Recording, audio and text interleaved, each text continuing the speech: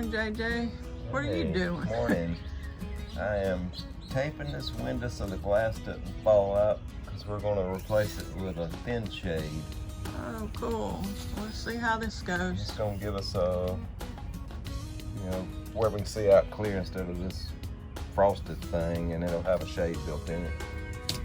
Very cool. It'll be nice. Okay. Alright, there's supposed to be 16 little indentions in here, little snap pieces, and you can hear it pop. The window company, this window company sells these tools you can buy, but it also says you can use a butter knife, so we're going to find out. Alright, I've got one corner, and as you feel them things unsnap, you need to keep pressure on, or they'll lock back. So I'm hold pressure down here as I go up. Just start pulling the window out as you pop each spring loose. Mm-hmm. Got the window taped on the back side. And I got assistance. Yeah. In case the window goes crashing. Right. Got the last one up there on the top. Some kind of plastic piece that locks this in. Of course, if you were going to put it back, you'd have to have new ones, but yeah, they're out. That's what it looks like. It's your styrofoam. Alright, let's see if we can break this seal loose.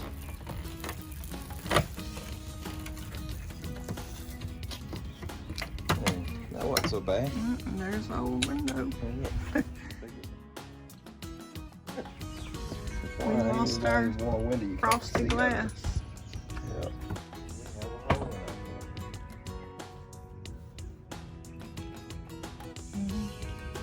Alright, we're putting the blind in the frame now. Got 5 little plastic clips here that you catch this bottom part on. And we're actually putting the blind in upside down. We're going to see how it works. We're going to try to put this frame in the right side, the right way. And then we're going to put the blind upside down because we want to be able to have that half and half like when we're sitting on the couch or something. So if it doesn't work, we'll take it apart and redo it. The only reason for that is there are drain holes already built into this frame, which I do not understand the need for a drain hole. Yeah. Condensation maybe. But yeah, maybe condensation, because this is going to be on the inside of it. Alright, this is the glass. It was packed separately, and this is the outer part of the frame. It said to take the glass and sit it. There's a seal they already have installed on there. So we've done that, and all these little things align it so you can't mess it up.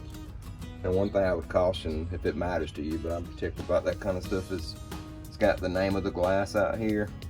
I want to make sure that was not upside down. So watch that, so when you go to install it, because the frame's the same all the way around, just watch when you install it that that's the right way.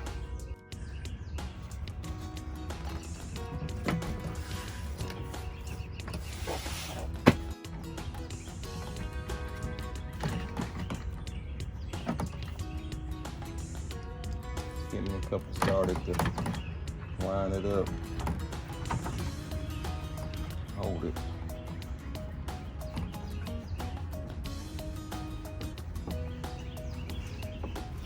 Glad they caught.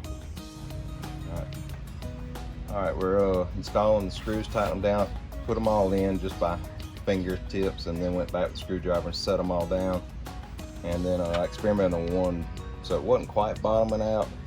Had about 10 on this Rpod screwdriver with the settings on it. So then after I'm all done, I'm gonna go back and check them one more time by hand. So, but this is a lot quicker.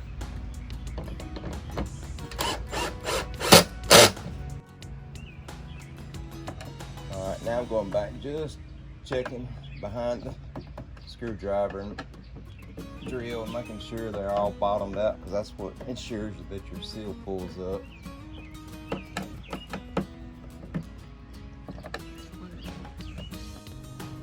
All right, we got the new window installed. It looks great. And this is what it was, an AP thin shade. All right, here's the completed installation of our thin shade by AP Products. Turned out good.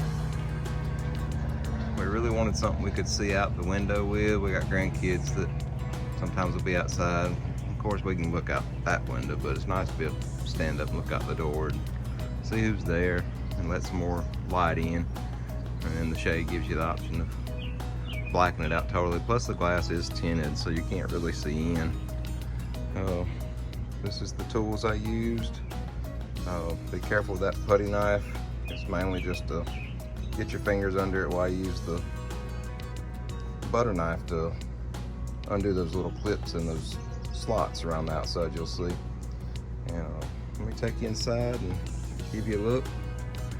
Our 189 has a sofa on the back, and that was one reason we installed the shade on the bottom instead of at the top. So when we're sitting on the sofa, we can still see out the window and see the sky and everything, but we don't feel like we're being looked at. And of course, you can just grab it here and let it down. And I will say it's snug, which is good because you don't want it falling. So let me take you inside and see what it looks like. With the screen door, you'll have to have the shade where you want it when you come inside because you're not going to be able to access it. And there's our sofa. Pull the door too. And now you can see my old Jeep out there. And you can sit on the sofa, and there's your window. All right, thanks for watching. I hope this helps with your install.